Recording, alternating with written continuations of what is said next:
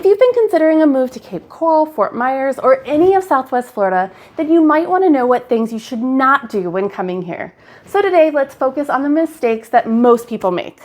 All right, let's jump right in.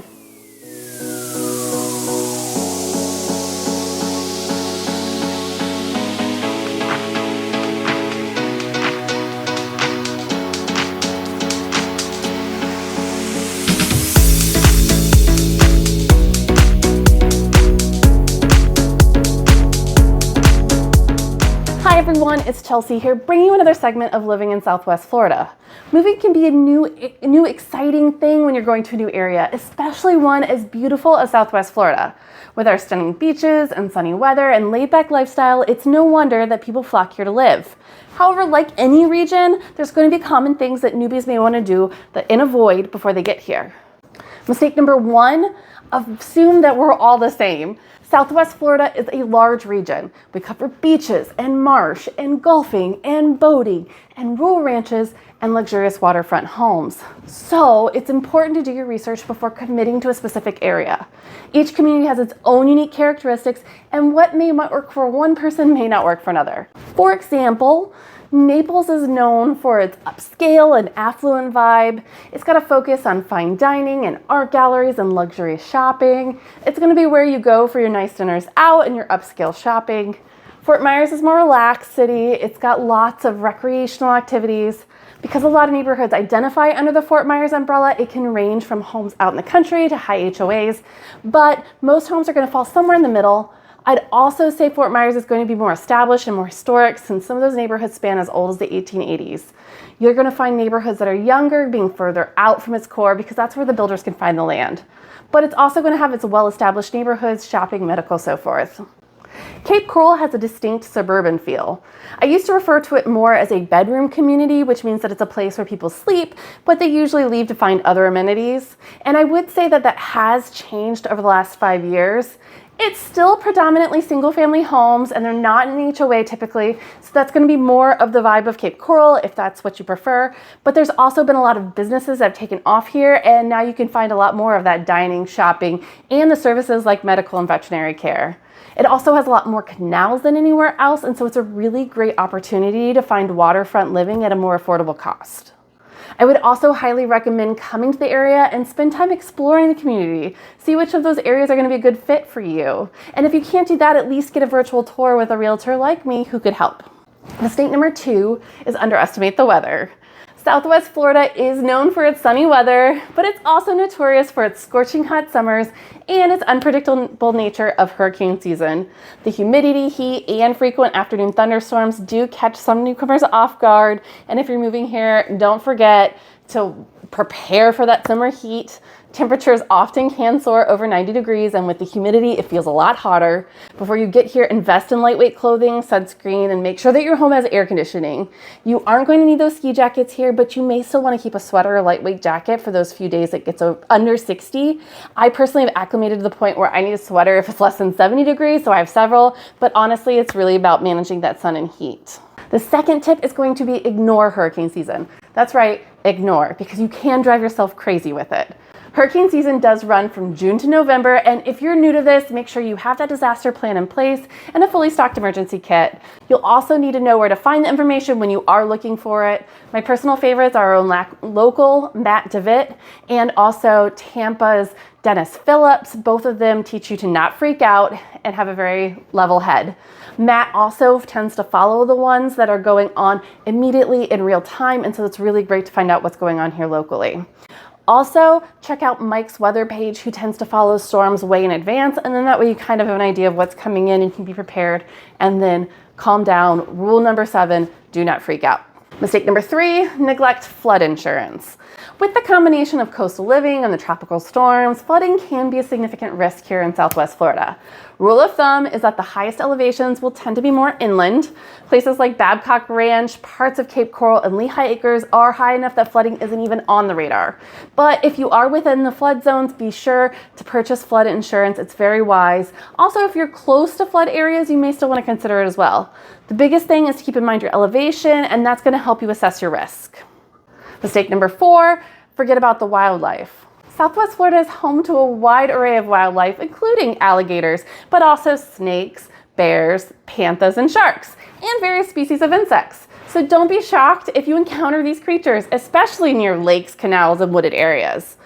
Some of the tips for handling them is to respect the gators. If you spot an alligator, do not approach it, and definitely don't feed it. Alligators can be dangerous, and feeding them encourages dangerous behavior. Plus, it comes up with a penalty of up to 90 days in jail. If you feed them, it can make them too familiar and close to us. This being said, most gators are going to keep a healthy distance. They don't like a lot of fuss, and they're going to skedaddle from the area when it gets noisy with a lot of commotion. People also don't think about our snakes, so be sure to keep an eye out. Florida is home to both venomous and non-venomous snakes, so it's important to be cautious when venturing into wooded or tallgrass areas. Snakes will leave you alone if they don't feel threatened, but be careful where you step. And speaking of where you step, be careful to not step in any fire ant mounds. It would always take me some time to get used to not looking for them when I'd visit my grandparents in Maryland, because you really need to be vigilant so you don't accidentally stand somewhere with a fire ant mound. Mistake number 5 is ignore local culture. Every place has its own unique culture, and here is no exception. Southwest Florida's newcomers sometimes don't make an effort to understand the local way of life, and they may find themselves struggling to fit in. Here are some cultural faux pas to avoid. First off, don't dismiss the importance of outdoor living. If you don't enjoy being outside, you may find yourself feeling a little out of place or isolated. We tend to spend a lot of our time outside, especially during those nice months. Southwest Florida residents do embrace outdoor activities, from boating and fishing to beach days to golfing, kayaking. It's part of the reason we live here. Again, during the summer, you're still going to spend your time outside. You're just going to make sure that it involves water, or it's going to be earlier or later in the day to accommodate those storms. Also, don't forget to relax. People here tend to be more on island time. The laid-back atmosphere of Southwest Florida can be a big adjustment if you're used to a fast-paced lifestyle. Take a breath and leave the rat race. Learning to slow down and enjoy the region's easygoing vibe can be challenging sometimes, but it is why most people move here. Number 6, ignore the need for a vehicle. Unlike major cities with public transportation systems, we're pretty reliant on our cars to get around. It's not really walkable in the majority of areas unless you're in downtown areas or on the touristy islands. Outside of those select downtown areas, there isn't really much in the way of public transit, so having a reliable car is going to be pretty essential. Also, traffic can get heavy, especially during snowbird season, so plan your commutes accordingly. Mistake number 7, underestimate the cost of living. While here in Fort Myers and Cape Coral offer an affordable alternative to other parts of the US and Florida, the cost of living can still be high, and particularly in more desirable locations like Naples or Sanibel. Be sure to research the neighborhoods you're interested in and be sure you aren't priced out. Also, while running numbers, don't forget to factor in home insurance, property taxes, and maintenance fees. Home insurance can vary. New construction in higher elevations may not be terribly expensive in comparison to somewhere more at risk. Property taxes also vary by county and location, so be sure to research those.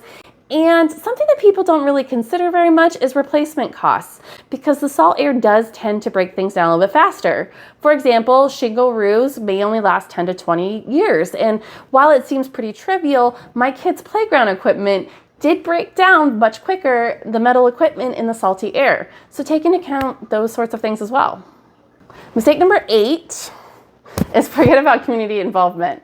The local communities in Southwest Florida are very active and with plenty of opportunities to get involved in neighborhood events, charities, and volunteer opportunities. Don't isolate yourself. I've seen people come down here and do exactly that. They don't get involved and find groups that their interests are in, and they feel like they don't fit in. Everyone needs their people. One of the best ways to settle into a new area is by making connections and contributing to the local community. Get involved in social or recreational activities and enjoy meeting new people who share your interests. Go on a walk in your neighborhood and talk to your neighbors. Yesterday, I walked the dogs for the first time in my new neighborhood, and I met some new neighbors just 2 doors down. You'll probably find people friendly for the most part, so pushing your comfort zone and talking to strangers may feel like they're not strangers in the end. And yes, I get it's easier for me, someone who talks a lot for a living, to say, but I've seen my introverted husband talk to others and feel a lot better for it. So I still recommend finding what you love and doing more of that. Mistake number 9, spend too much time on the internet.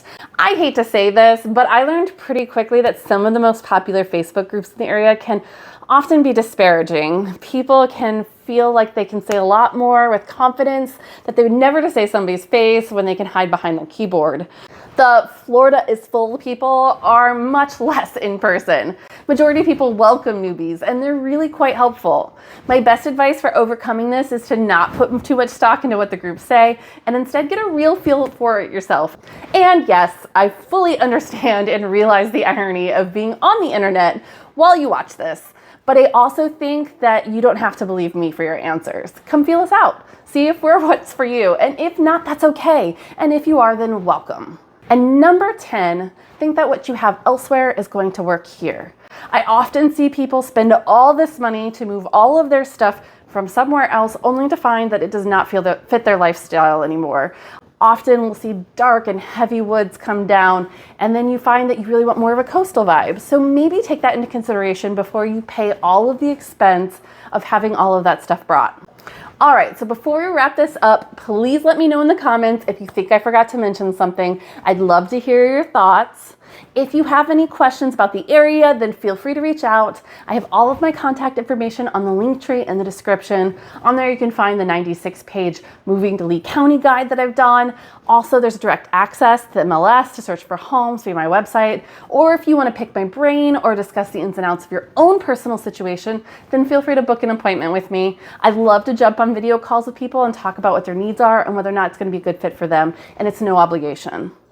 As a heads up, my video schedule can sometimes be erratic. I'm a realtor, but I'm also a mom and a volunteer in our area, and I make these videos when I have a few spare moments from serving my community. So I really recommend that if you like more videos, then don't forget to hit that subscribe button so you'll be notified when I drop another one. Also, we do post pretty much daily over on social media of those things that might be of interest, like weekly activities and information that you may find handy, and so be sure to go follow us over there. As always, we really appreciate it when you leave us a comment and hit that like button, subscribe button, notification bells so that you can be notified when we drop future videos that may help you with living in Southwest Florida. Thanks so much for watching. Until next time, I wish you much health and happiness.